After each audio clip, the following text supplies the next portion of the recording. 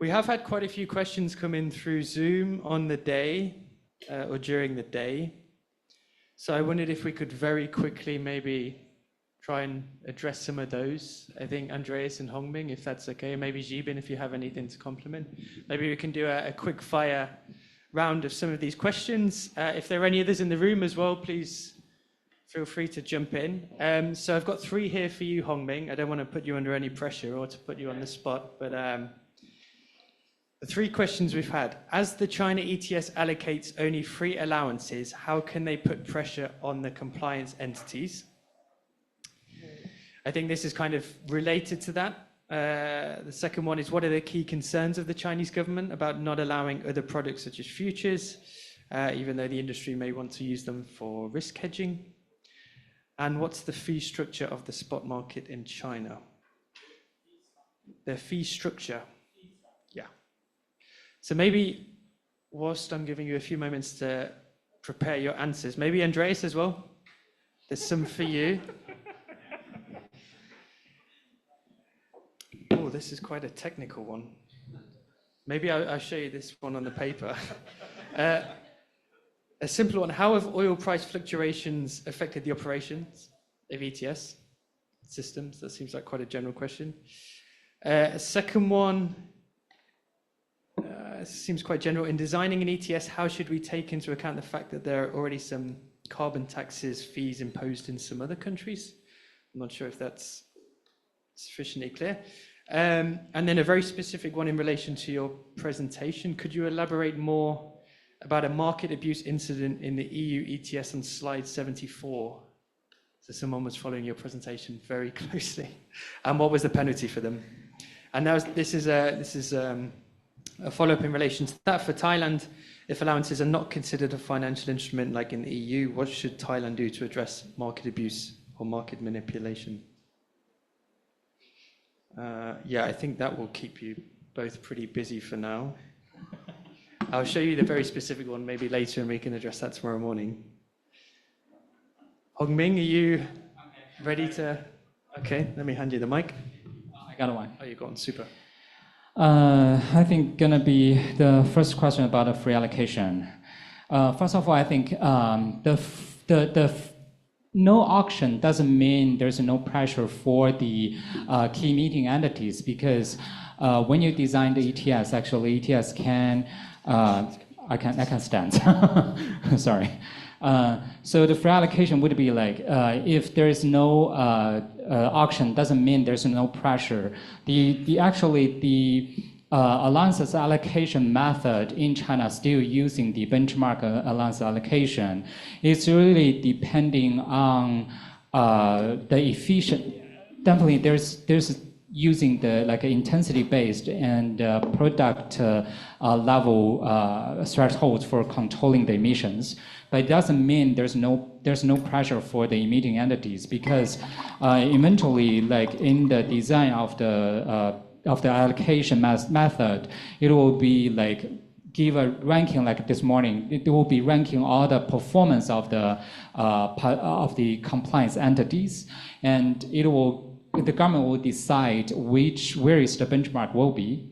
So then how the balance, like half and half, definitely would be the balance of the benchmark design. But if you like use you will by the design of the benchmark for allocating the allowances, you definitely can create a shortage or a gap for fulfilling the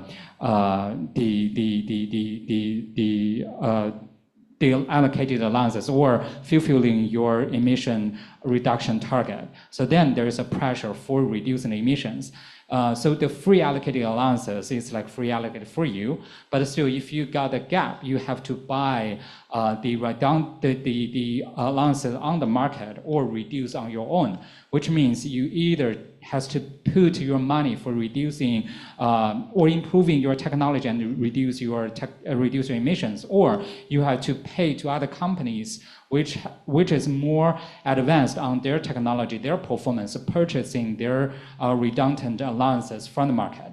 So which means even the free allowances allocated in China, they still have the ability to awarding the best performed companies and not punish but like push the not perform that well company for performing really well, like give the motivation for them to reduce their emissions.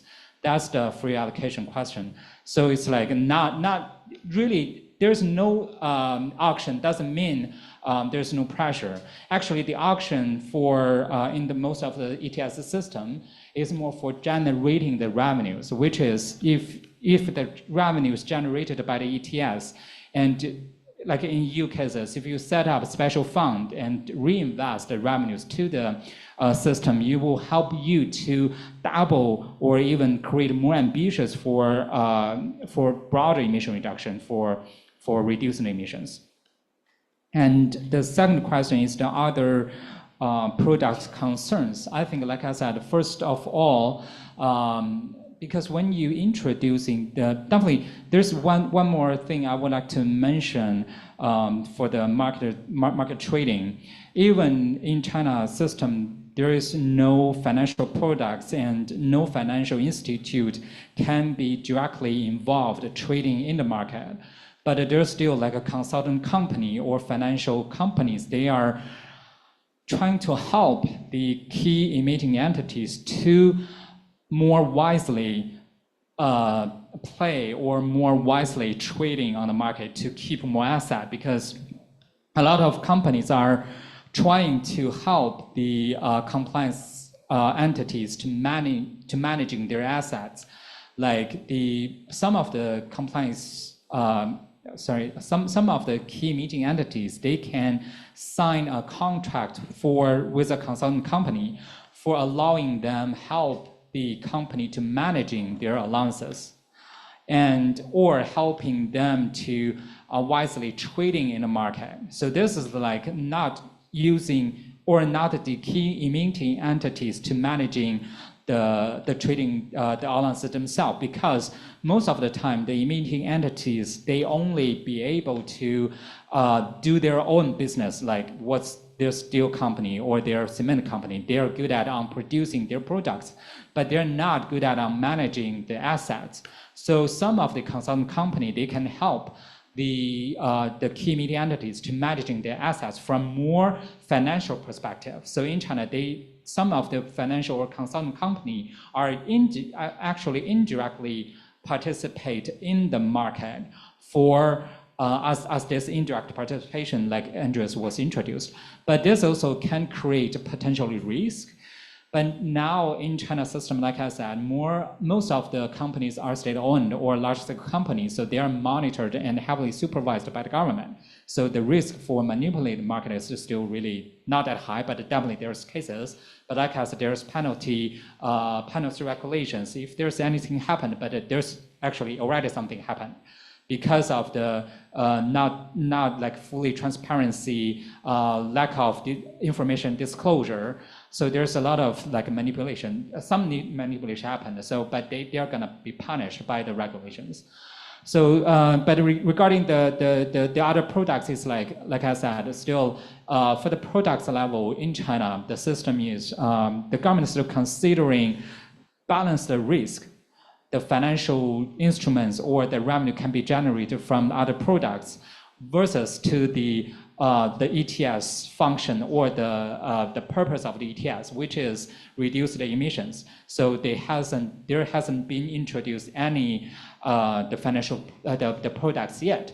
And also regarding the companies, I believe in China, more like like I said, most of the company are state-owned enterprises, so they are more needs to comply with what we discussed at the end of the morning session simulation, because of the companies are subject to the market regulation or the market behavior, which has been monitored by the government. So most of the state-owned enterprises actually was really sensitive or hesitated to actively participate on the trading, because when they do the trading, as a state-owned company, they may subject to be questioned by the government. Why you sell at the allowances at a certain level of the price? When the price going up, why you're not selling the price at higher? Because if you can sell the price at a higher level, you can generate more values. But if you sell the certain price at a certain level, you actually lose the certain value from, when the time passed. It will be questioned by the government because that's can be considered as an asset lost. So in the most of the cases, most of the company are not, or like I said, hesitate to trading actively on the market. Not only because this is one of the thing, but the other thing would be they would be really worried about the asset losing, or they will be questioned about why you so actively participate, use the market function, and also the market regulation doesn't allow you to trade so frequently, because that would be subject to like I said, in the regulation, there is a monitor for the abnormal tradings. So this is the China system is having this is also the main theory or the mindset is for reducing the emissions. So this is why there's no trading products yet. And also for the companies, they are not asking for more trading products. For them, it's they want to be more, first of all, the purpose is to make the compliance, fulfill their compliance obligation.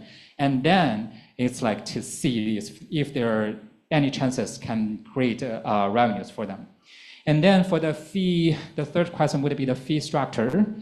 The fees for now in the China ETS system, for the registration, for the trading, there's no fees. Like I said, because it's the government managing it.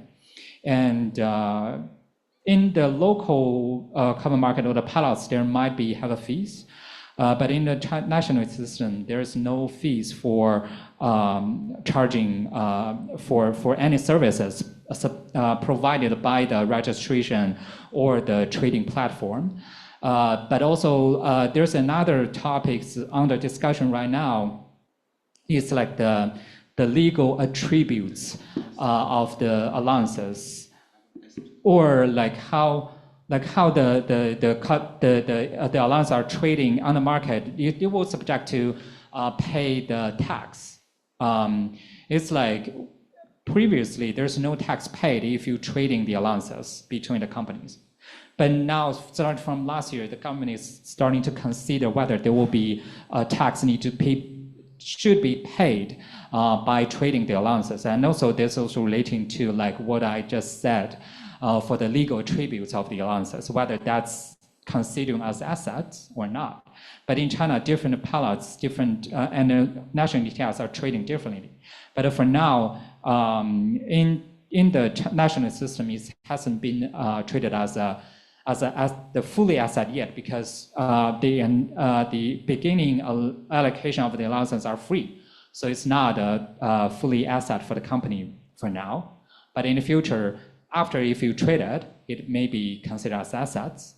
And also there's a lot of emerging development for how to considering when your company is bankrupt or whatever. But that's later on. But for the fee structure, there's no fees. Yeah. Thanks, Hongming, and I would like to add two more points. One is about incentive with free allocation. Like I mentioned yesterday in the allocation slides. So right now, China use benchmark to free allocate all the allowance, and that will provide the incentive to the power generator to improve their efficiency. So the power generator, they are doing better. They can earn more money from the carbon market, and those with poor efficiency, they will lose money. So that's the incentive right now. Without auctioning, the whole sector don't have the motivation to reduce the capacity in general. It means they will still maintain coal-fired generator, but with better efficiency. And now Chinese government, they are thinking of introduce auctioning. It may come like later this year or early next year. And that will really bring more pressure to the whole sector and really reduce the coal generation in general as a sector. So yeah, that's one thing I want to add. The other thing is why China doesn't only have spot market. Homing already mentioned some reasons, and another reason would be China ETS doesn't have a long-term cap and long-term allocation plan. So in EU, the companies, they can calculate or they roughly know how much allowance in the market in next year or how much allowance they can get from the market next year. They can estimate it based on all the policies. But right now, China update the allocation plan every year. So the company, they don't know what is the cap for next year, what is the cap for them, what is the how much allowance for the next year. So it's very difficult or it's impossible for them to develop this forward trading or future trading. Yeah. And I hope, I believe the government is working on it, and there must be some change happen. So at that time, when the market get more information, they can also develop these products. Yeah. Wonderful. Now, Andreas, maybe the last word. On this one? No. The other questions? Yeah. Oil price fluctuation. So energy crisis to closure of the Strait of Hormuz negatively, of course. I mean, that's lowers industrial production, and then demand in the system goes down. So prices, the tendency is a bearish one. Everybody's looking out how this crisis will turn out. So I think that's getting a bit general in assessments. Yeah. At the moment, the key driver in the ETS, EU ETS, still is that everybody's looking at the reform and going where what the consequences then will be.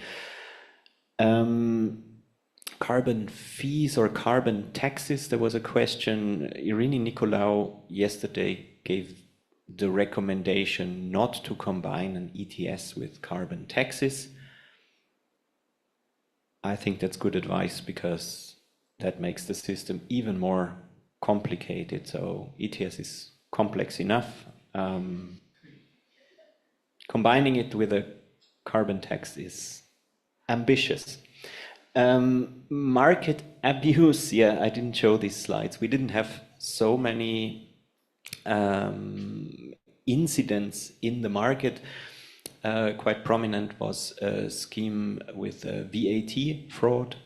That has the countermeasure that we now have is called reverse charge. So with an fiscal an adjustment in fiscal rules and so this is not possible anymore. Second thing is we saw phishing attacks.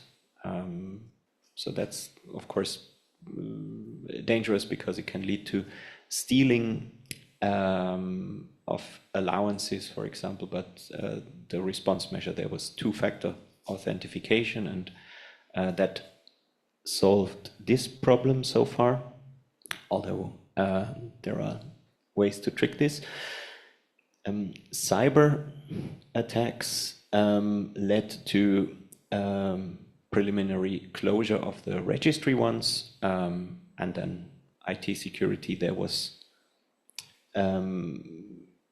improved, and for registries. And the last thing is that resale of CERs, the offsets. There was one incident where Hungary resold CERs that had already been used for ETS compliance. This is the only incident, and that led to an amendment of the registries regulation. And so I would say, yeah, it's quite a good track record. The VAT fraud was the worst fraudulent behavior we saw, but now the system is really mature, and yeah, I'd say we don't have really a problem with fraudulent behavior.